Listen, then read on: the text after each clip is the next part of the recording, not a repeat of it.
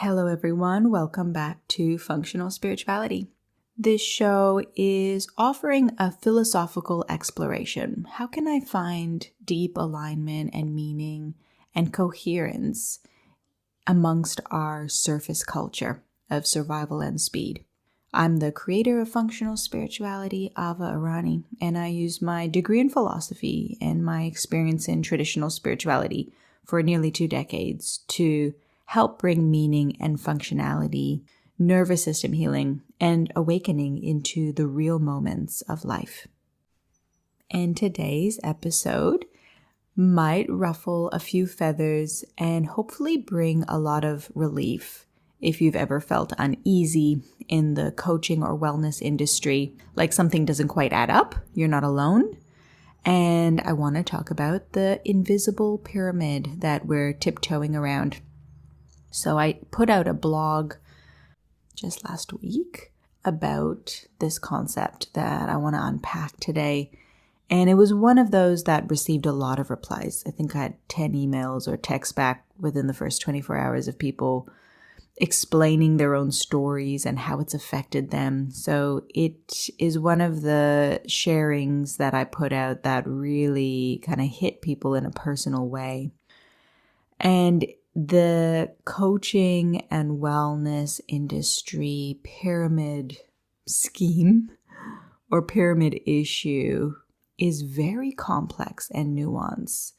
What the mechanisms that I'm going to describe today are completely legit and also completely fraudulent.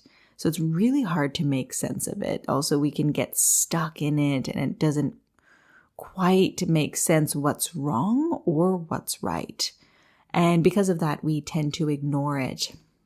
And something else that I heard back was that it's not just the coaching and wellness industry. It's spread across other industries as well, where we are sold the dream of being on the top. And that dream becomes the product itself.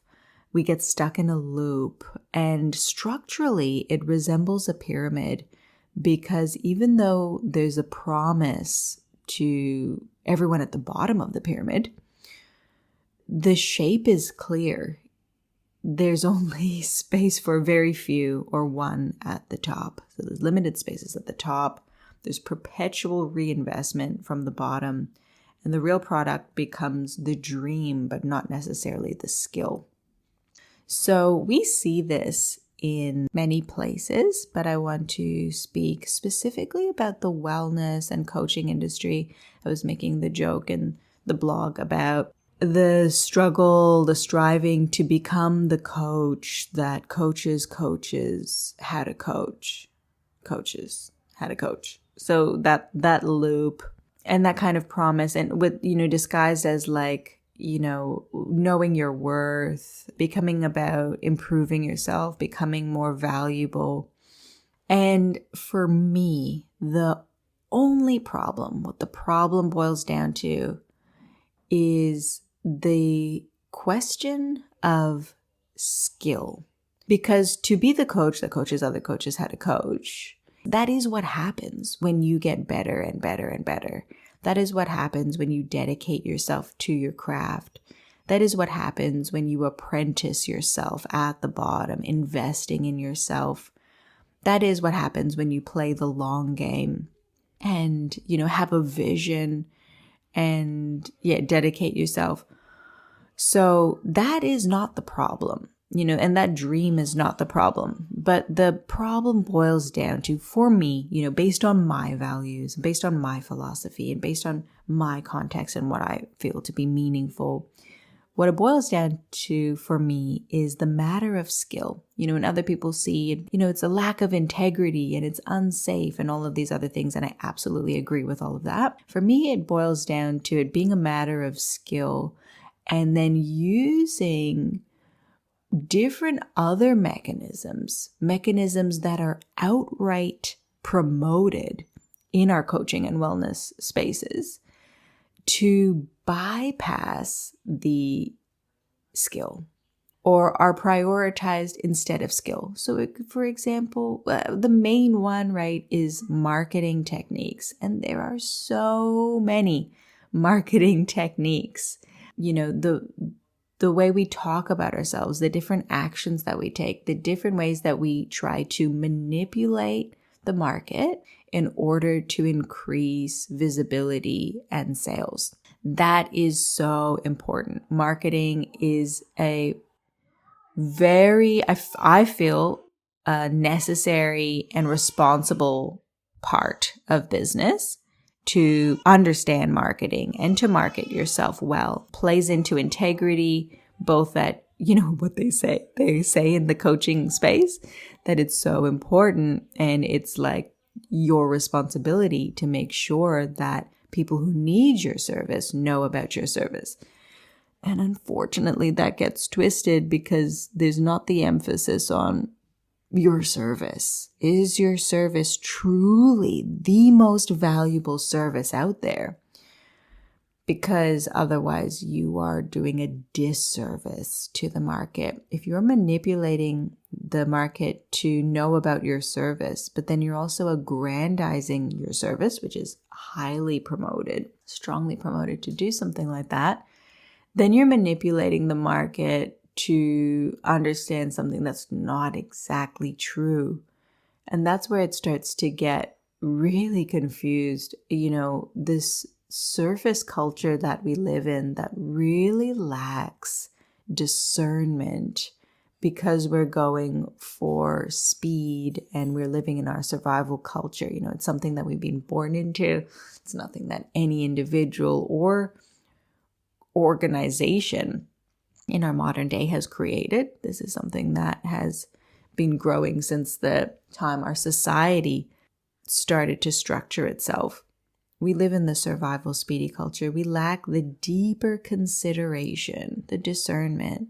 We lack that lateral sense of what's going on in this context. We don't think like that. We just respond really quickly to the incomplete and sometimes toxic cues from our environment. And that includes our relationships, our health, our purpose, and for sure our careers and how we think we're going to make meaning and money and fulfill our purpose in the world. So it's totally at play here as well when we think about this pyramid scheme, is that we're not considering what does it mean to be at the top? What is the responsibility?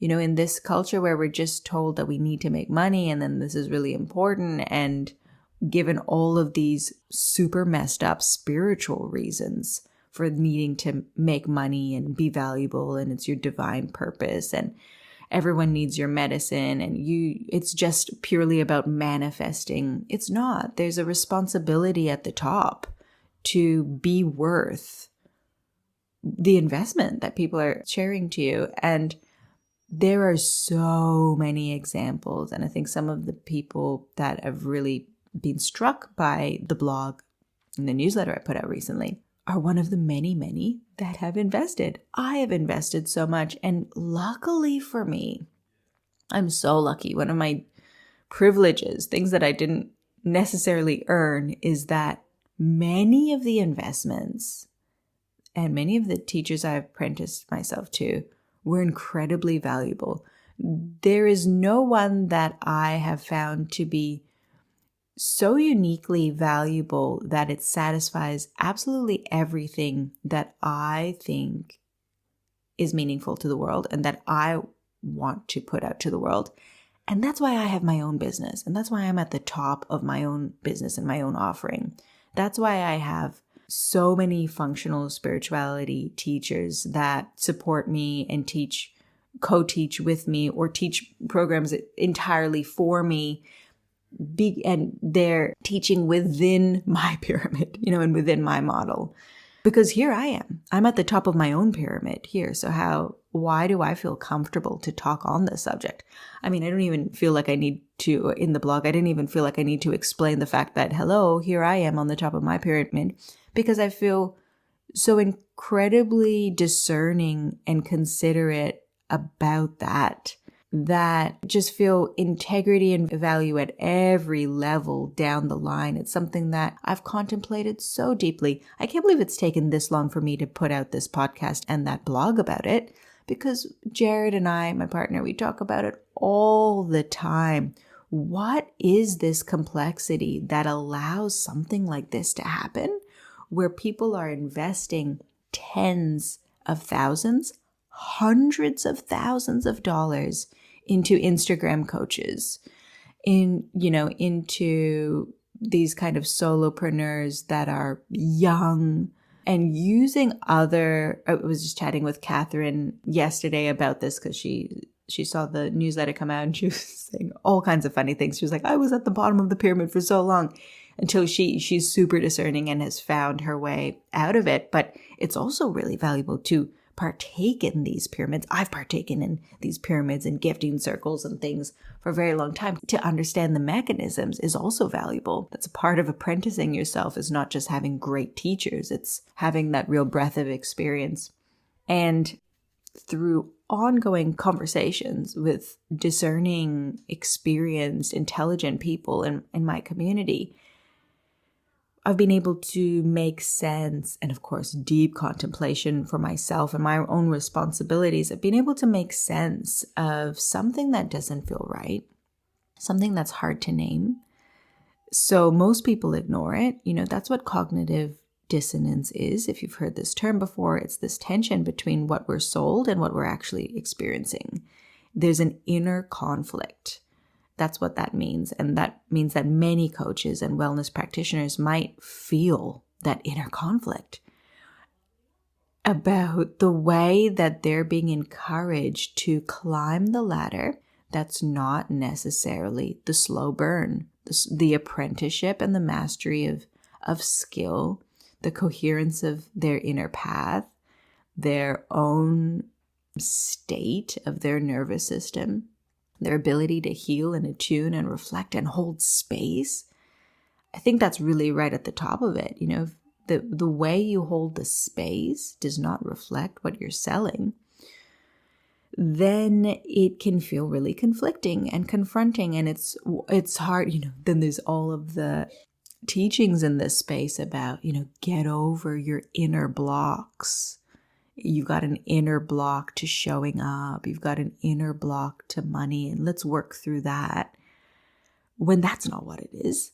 The inner block is that you can see that the person at the top of your pyramid, the person on Instagram, more than likely, right? The person with a social media presence at the top of the pyramid, selling you the dream of freedom, of money, of lifestyle, of audience, of impact, right? They're selling you that dream at the top.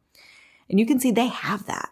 They've got the money, they've got the impact, right? But somehow it's like right in your face visually and right in your face that the reason that they're at the top is not necessarily about skill. You haven't put your finger on that, but you sense something is off, and you sense that in order for you to get to the top, you might have to do something that they are doing that they're not making explicit.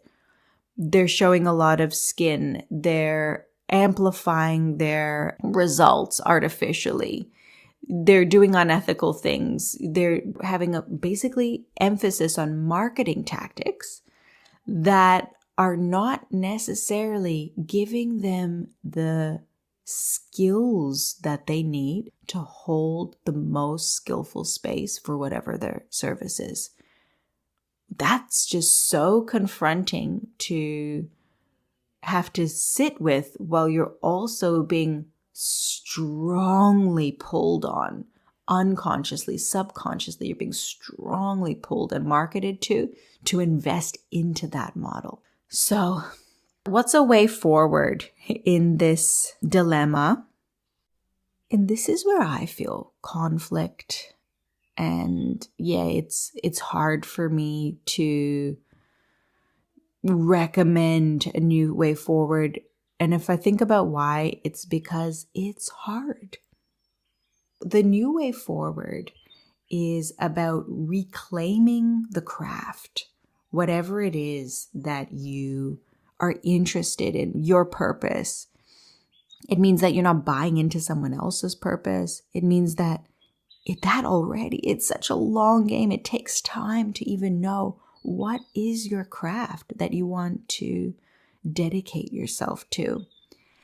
And that doesn't mean that you paralyze yourself and not take action. It means that you have to invest at the bottom. You have to try different things. You have to find methodologies, teachers, systems, crafts that resonate with you. That takes time. It takes an investment of energy, right? Like your actual motivation towards it. It takes money and it takes time.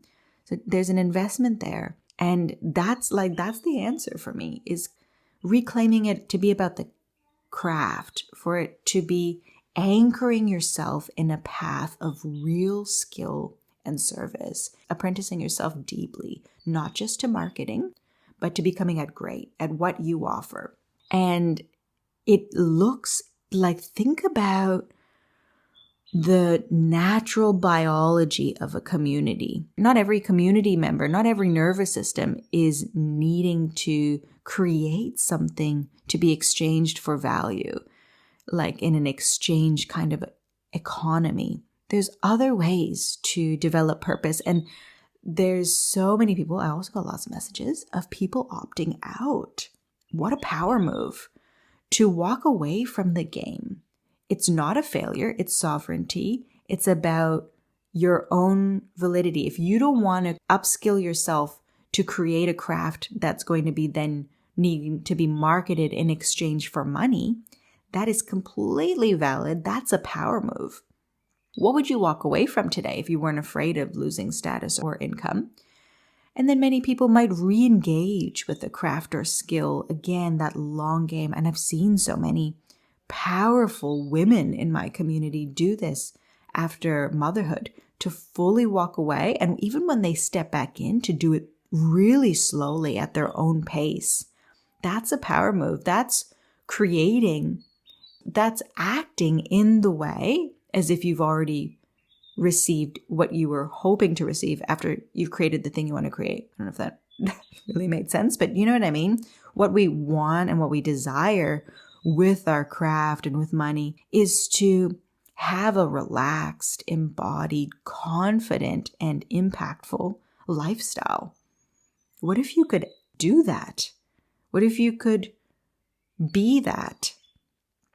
And from there, choose what it is that you want to create. It is completely perpetuating the old paradigm to plug yourself into a rat race. It is completely toxic to not have your own nervous system and alignment at the center of what you want to create. To not have your success based on how grounded, clear, and attuned you feel. So this is our way forward. It's about depth over scale. So it's about depth. It's about consideration. It's about alignment. It's about not trying to push and create and fake your way to a dream that someone else has sold you, because this is what's happening. This is what is being perpetuated in our survival and surface model. It's about reclaiming your own craft and your own alignment. And it's absolutely beautiful to engage in mentorship, to engage in coaching. It's okay to lead and teach, but there's a difference between that exploitation, the lack of integrity, the gap between where we're trying to climb to and what we're trying to be in terms of our own skills. We need more conscious mentorship models where both apprentices and coaches and mentors are all engaged in transparency and consent and real world readiness. Can we mentor others without selling them a dream? What can we truly offer people that is supported?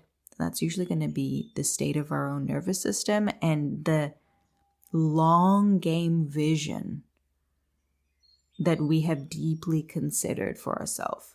We're looking at slower business with real impact. Because why is the pyramid model so toxic? it's because it's for sure money, that it wastes time, that it wastes. But for me, and I've said this so many times, the biggest problem with dysfunctional spirituality, dysfunctional models, help and coaching and growth and transformation and all of this stuff, the biggest problem is the motivation that gets used up in a service or in some kind of attempt that does not offer a fulfilling enough or satisfactory enough result. Never mind toxic results that set people back. Literally set people mentally, emotionally, and physically back.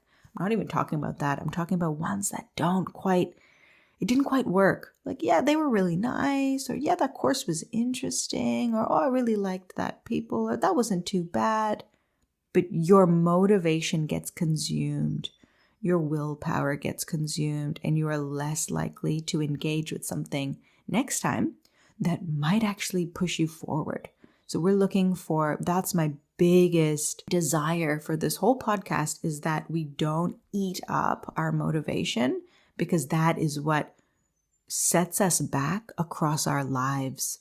Toxic, experiences might be better than just mediocre, lukewarm experiences, because toxic experiences have that catapult effect, can have that catapult effect, and not always, right? So for sure, I don't want to be unsympathetic to the toxic situations that we might get ourselves to in these industries, because sometimes it is really hard to claw ourselves back.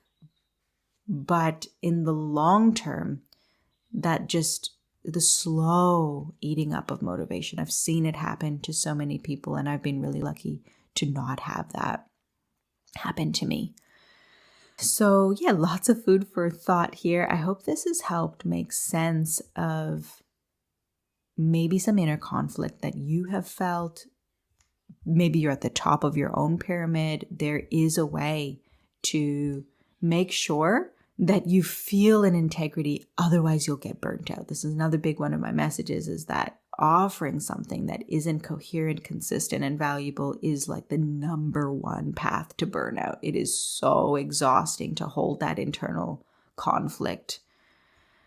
And so many of us are kind-hearted, well-meaning, skillful and intelligent, but still caught in that unhelpful system. It costs a lot to question the path after so much investment. And it can also be difficult, and we might need to grieve. And there might be grief that comes up if we are trying to see through it.